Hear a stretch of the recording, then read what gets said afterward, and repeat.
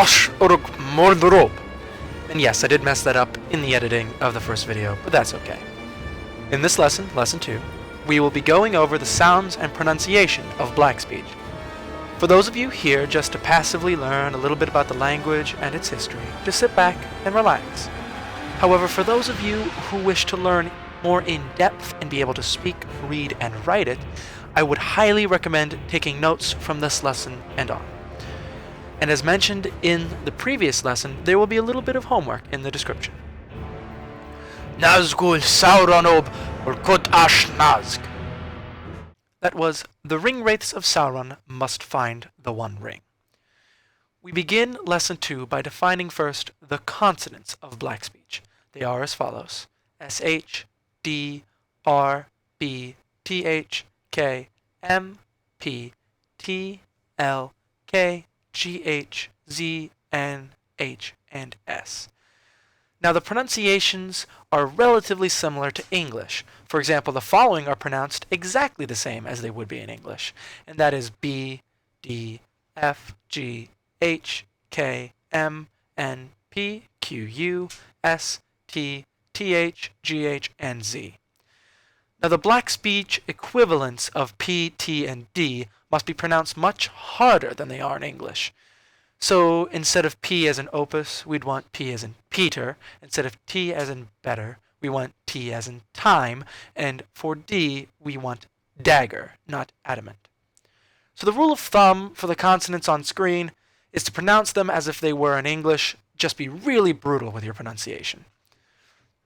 Words such as bûb-hosh or pig guts should be really easy for English speakers to pronounce.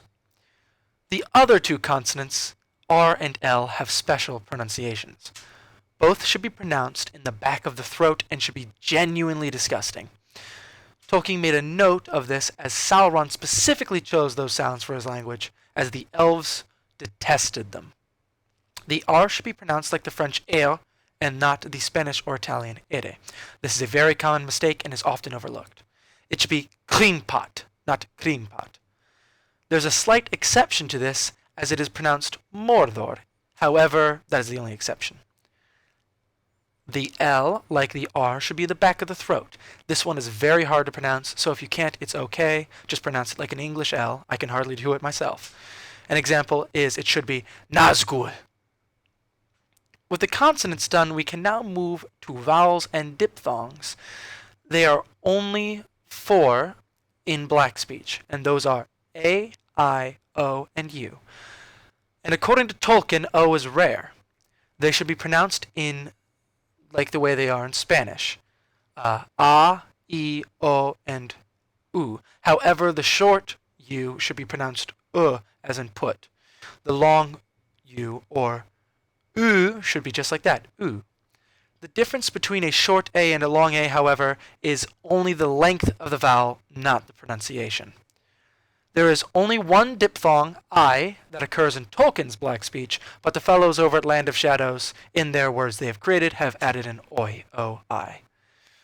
We will now go over some pronunciations with consonants, clusters, vowels, and diphthongs. First is bagronk, cess-pool, matûrz, mortal, prakhatulûk, to lure them all, uruk-I, the orc people. And finally, the lesson will conclude with word stress. It is very simple.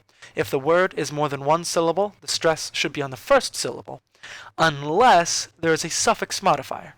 In that case, the stress should be on the first syllable of the suffix. And we'll be getting into the different suffixes in later lessons. For example, uruk, uruk-I, Mordor, Mordorishi. Going back to the statement earlier, we can deconstruct the pronunciation and the stress of the sentence, the ring-wraiths of Sauron must find the One Ring. And I will be over-stressing for demonstration. Nazgûl Sauron-ob bûb-hosh Nazg. The stress should be on the Naz of Nazgûl, the Ob in Sauron-ob, and the Bulk of Bûb-hosh. Don't be stressed if you don't understand how that sentence is structured or where the verbs are. That will all be covered in later lessons. And, well, that's the lesson. I hope it was as interesting to you as it was for me, and of course, the link to my source is in the description, as well as the first worksheet.